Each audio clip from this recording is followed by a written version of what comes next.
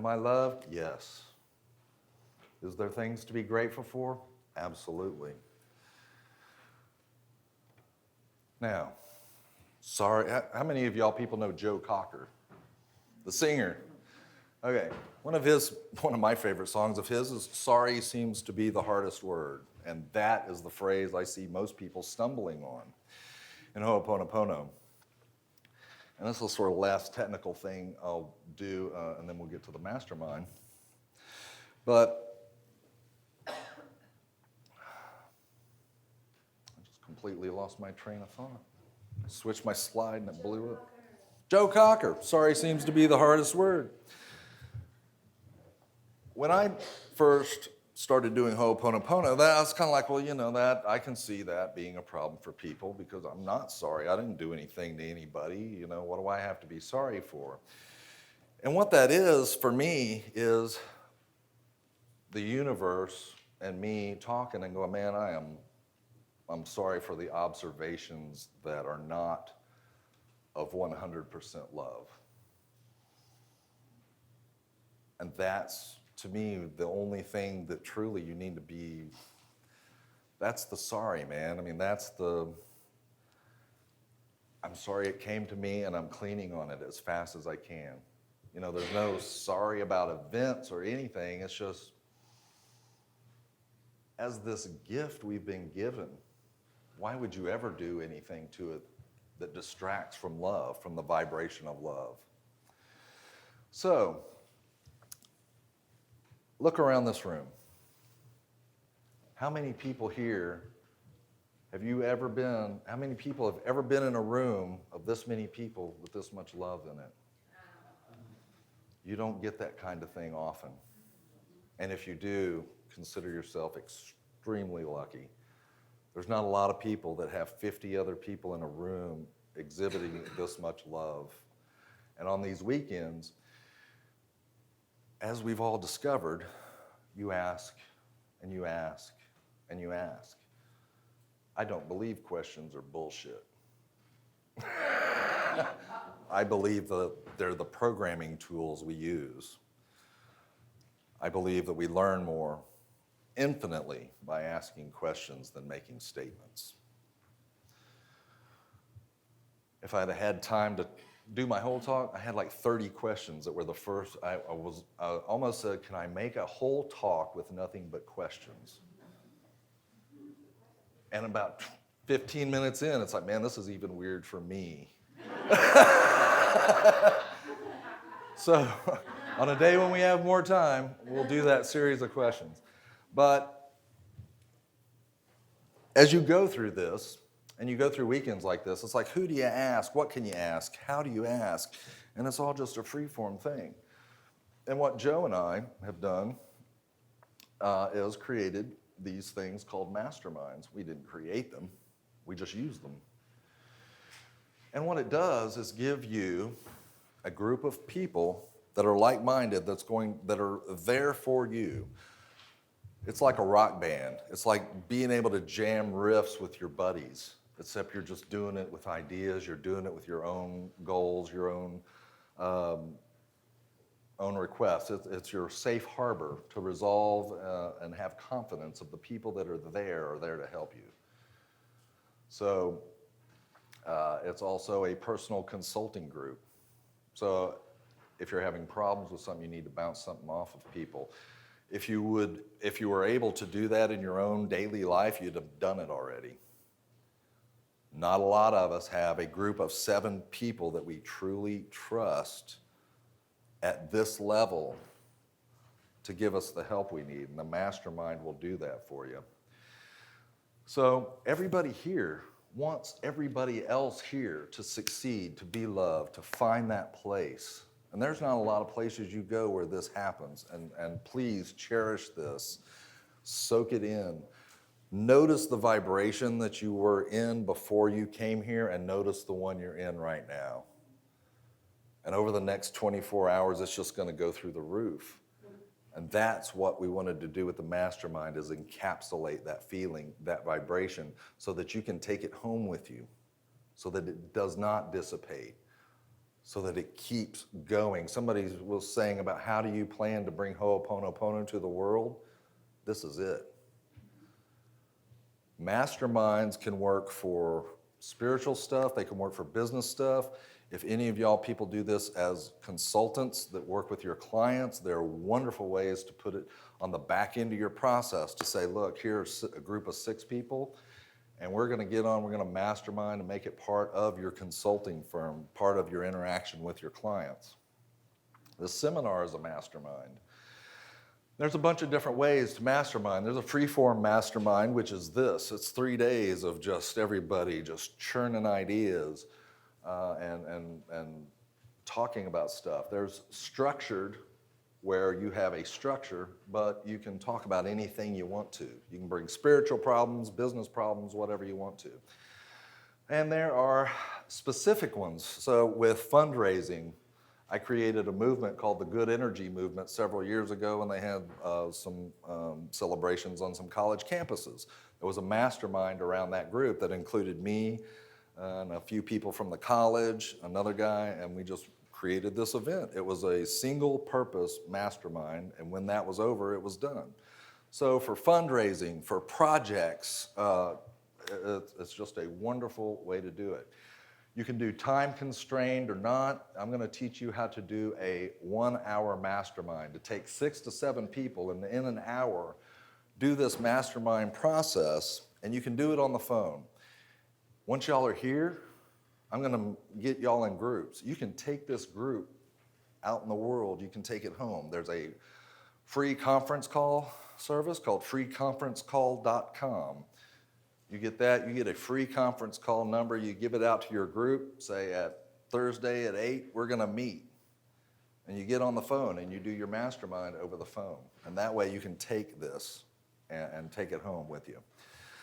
So I'm going to give out, y'all already got the piece of paper there, and what that has on it is the call script. It's the script for the meeting, and you can use it tonight. And what you do is you'll be in your group, and you'll just determine an order, and you write it down in the little boxes there, and you read the Carnegie. This is developed by Andrew Carnegie. This is not a spiritual thing. This was developed by some of the biggest business people in the world. But the cool thing is, it works. It works for spirituality, and it works to iterate over ideas very quickly and get things done.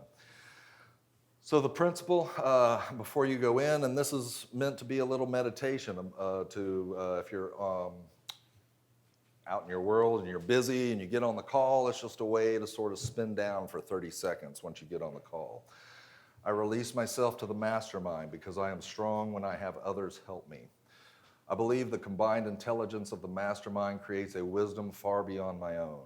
I understand that I will more easily create positive results in my life when I am open to looking at myself, my problems, and opportunities from another point of view. I decide to release my desire totally and trust to the mastermind, and I am open to accepting new possibilities. I forgive myself for the mistakes I've made, and I also forgive others that have hurt me in the past so that I can move forward into the future with a clean slate. I ask the mastermind to hear what I really want, my goals, my dreams, my desires. I hear my mastermind supporting me in my fulfillment. I know, relax, and accept, believing that the working power of the mastermind will respond to my every need, and I am grateful knowing this is so. There's a thing that happens when you do this that's far beyond the 6 people or 7 people that you're going to be dealing with. Just doing this taps part of that creative universe and just delivers it to you for your use, and it's just magical what can happen. And what I want you to do now is start thinking of a question, start thinking of an issue that you had that you haven't been able to ask yet, or that's been burning at you that you haven't asked the group. Come up with something you want to work on that you need help with, because I can guarantee you you're going to get some badass answers here in the next hour from these people. Everybody here has wonderful things to give and offer. I mean, just overhearing the conversations I've heard walking around are just mind-blowing and incredible. So, Once you get in your group and you've read the introduction, you give a round of gratitude. It's just a real simple, I am grateful for the sun shining today. I'm grateful for you being here. Short, sweet, simple. Just something to get you in the mindset of gratitude. Once you've done the round of gratitude in the order that you've decided, you start giving everybody their 7-minute slot or so. So you want to assign a moderator, and you want to have a timekeeper to be able to just keep you on track. With the groups we're going to put together, you'll have about 7 to 10 minutes apiece to go around in a circle. Once it's your turn, state your name, spell it. It just gives you a nice introduction.